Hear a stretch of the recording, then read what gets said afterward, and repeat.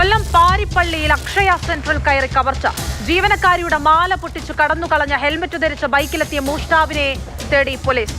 Akshaya centre ഉടമ നൽകിയ പരാതിയിൽ പാരിപ്പള്ളി പോലീസാണ് അന്വേഷിക്കുന്നത്.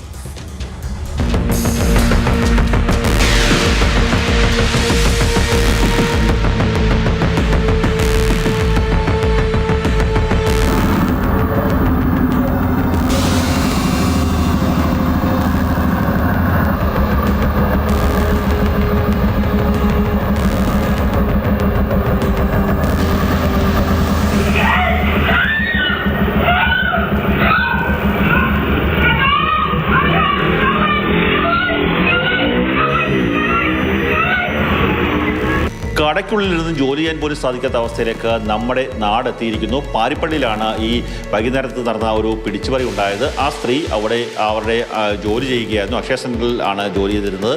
ആ സമയത്ത് ദൃശ്യങ്ങളിൽ നിന്ന് കാണുന്നത് പോലെ വാഹനങ്ങളൊക്കെ അതുവഴി പോകുന്നുണ്ട്.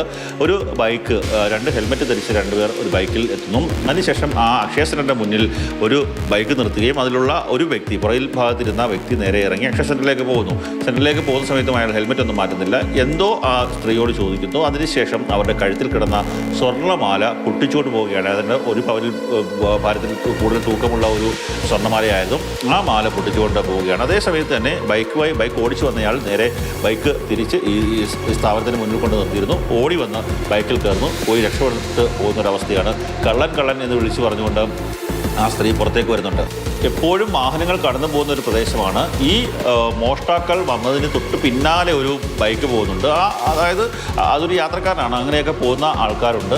പെട്ടെന്ന് ഇവർ വിളിച്ചു കൂവിയിട്ട് പോലും കൂടുതൽ ആൾക്കാർ അവിടേക്ക് വന്നില്ല. പിന്നീട് അതൊരു 1-2 മിനിറ്റ് ശേഷമാണ് കൂടുതൽ ആൾക്കാർ ഇവരുടെ ഒരു നിലവിളി കേട്ട് അവിടേക്ക് വരികയും അവിടത്തെ കാര്യങ്ങൾ എന്താണെന്ന് ചോദിക്കുകയും ചെയ്തത്.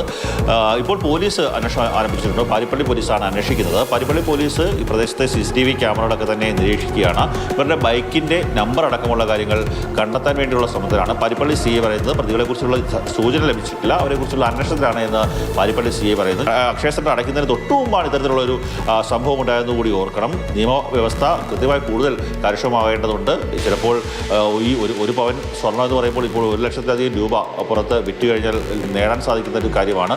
അങ്ങനെയൊക്കെയുള്ള കാര്യം മോഷ്ടിച്ചുകൊണ്ട് പോയ ആൾക്കാരെ അടിയന്തരമായി പിടികൂടണം എന്നുള്ളൊരു ആവശ്യമാണ് പാരിപ്പള്ളിയിലെ ജനങ്ങൾ ഉന്നയിക്കുന്നത്.